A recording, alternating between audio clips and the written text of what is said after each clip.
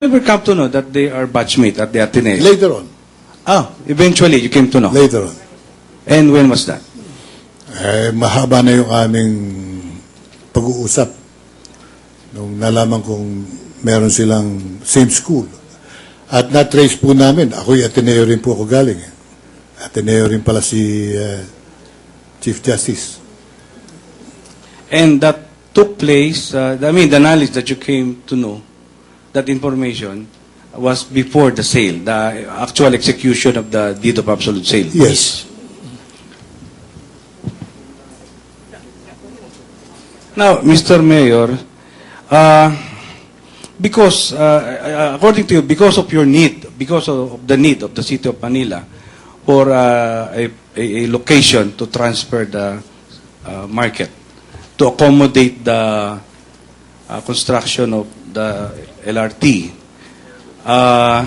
it came to a point that you have to come up with an expropriation ordinance. That's correct? Tama po yun. And the City of Manila finally came up with City Ordinance number 7975. Tama po. May I borrow the mark exhibit? The mark exhibit. Which mark exhibit is that?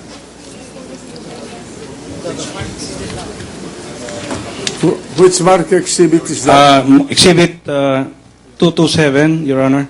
Is that the ordinance? Yes, Your Honor. City Ordinance 7975. Your Honor, with the indulgence of this honorable court, may I ask our good mayor, considering the brevity of this, of the title of this ordinance, to read into the records, with your permission. Please read it aloud.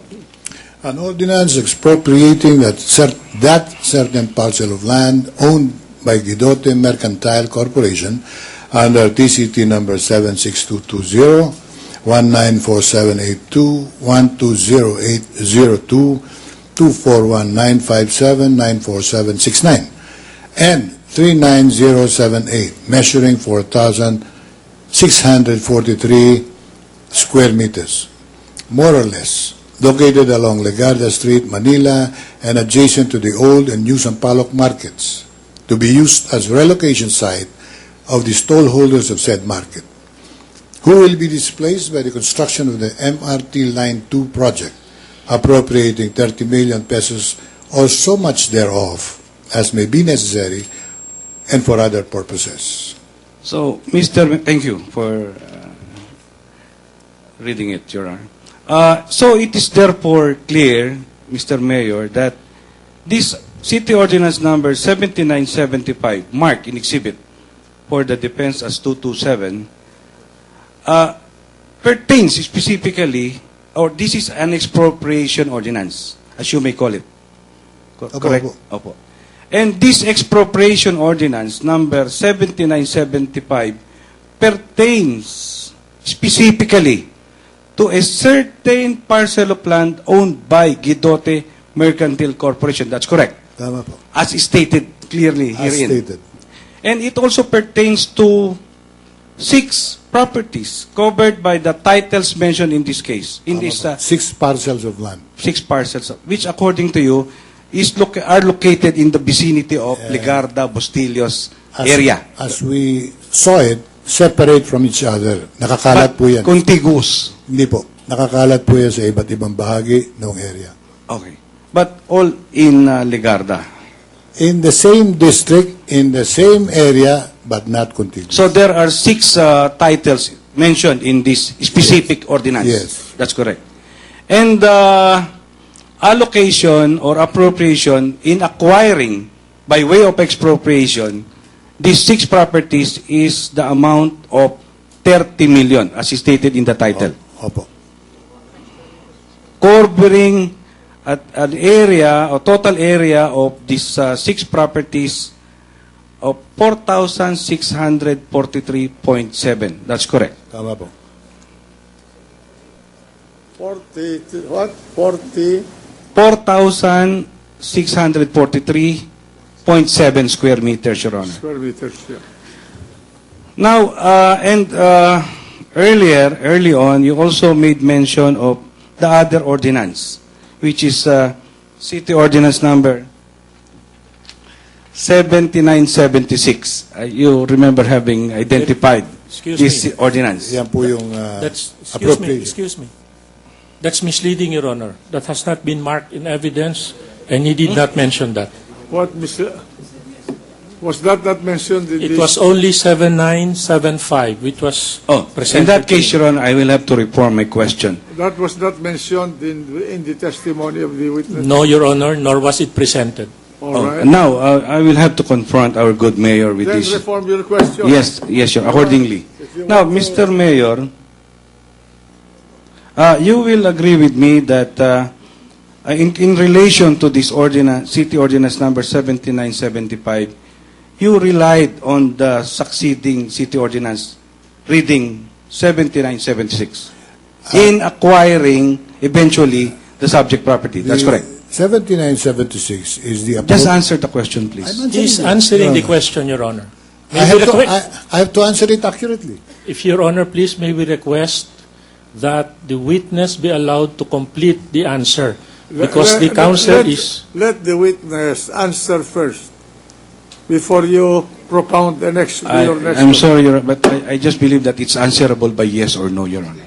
Anyway, I'm allowing him to answer. 7976, Mr. President, pertains to the annual budget of the City of Manila. Okay, so it is a budget ordinance, in short. Yes.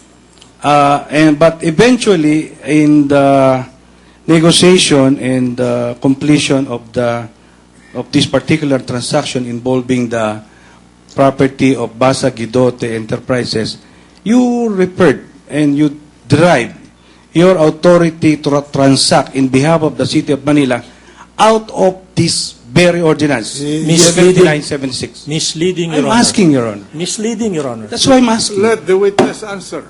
He's the mayor of Manila. He should know. Eventually, we had to rely on 7976 because we feel that the result of the negotiation was outside of the expropriation ordinance. We had to come up with a solution, and we had in our hands 7976 provided for the necessary funds. So, I'll be correct to say that you eventually relied on this City Ordinance number 7976 in relation to the acquisition of the Basa Tama po, Guidote property. sapagkat available na po ang pera. Just a minute for clarification. There are two ordinances here mentioning two different corporate enterprises. Am I correct? Hindi po, isa lamang po yung Isa lang yun. Isa lang po, Expropriation Ordinance 7975, which talks about one corporation, the Guidote Mercantile. That is the first ordinance. Opo, yung isang ordinansa namang binabanggit po ng council ng prosecution, a budget ordinance of the City of Manila. Walang sinasabi kung anong korporasyon. Wala po, wala po. Oh, Yung see. po appropriations for the different needs. Para pong national budget yun. Ito po naman ay Go local ahead. budget. Proceed.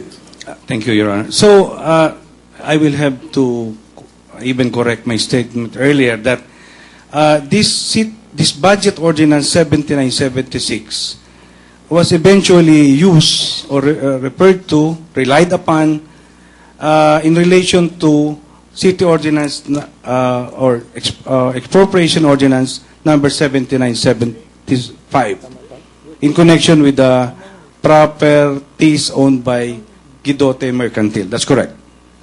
Ang nagamit na po namin kapangyarihan, yung coming from 7976. Tama po. Tama po ako. Pagkat hindi po naging totally expropriation yung aming conclusion doon sa Yes, requirement. Mr. Mayor, thank you.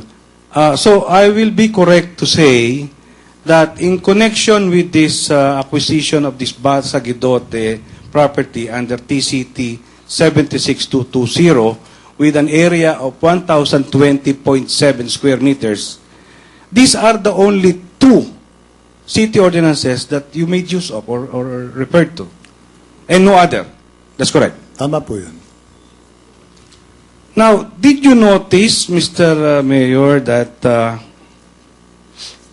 nowhere in City Ordinance number 7975 can you find the entity reading or name Basa Guidote Enterprises Incorporated. Nowhere in this exhibit. Wala po dyan sa Wala ordinansa po. yan.